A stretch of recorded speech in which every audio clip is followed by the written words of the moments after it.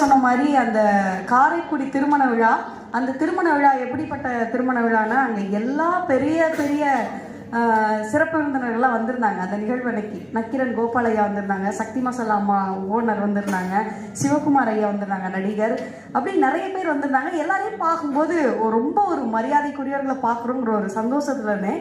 அப்போ ஒருத்தரை பார்க்கும்போது மட்டும் என்னோட தமிழாசிரியரை பார்க்குற மாதிரி எனக்கு ஒரு பயங்கரமாக உற்சாகமாயிட்டேன். நான் ஐயா வந்துட்டாரு அப்படின்னு சொல்லிட்டு. ஆனால் அவர் நான் அதுக்கு முன்னாடி பார்த்ததே இல்லை.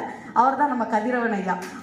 ஆனால் அவர் ரொம்ப எளிமையா இப்படி சாதாரண நடந்திருந்தாரு. எனக்கு வந்து உற்சாகம் தாங்களேங்க, ஐயா வந்திருக்கிறாருன்னு சொல்லி ரொம்ப உற்சாகமாக இருந்துச்சு.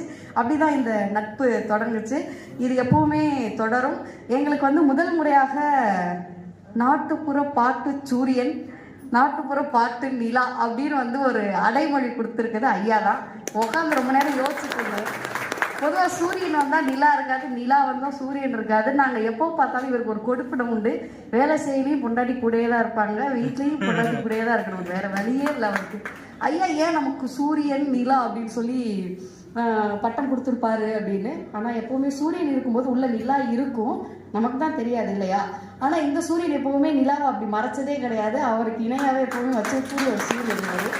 அதனால் சூரியன் அப்படிங்கிற பட்டம் இவருக்கு ரொம்ப பொருத்தமாக இருக்கும்னு எனக்கு தோணுச்சு.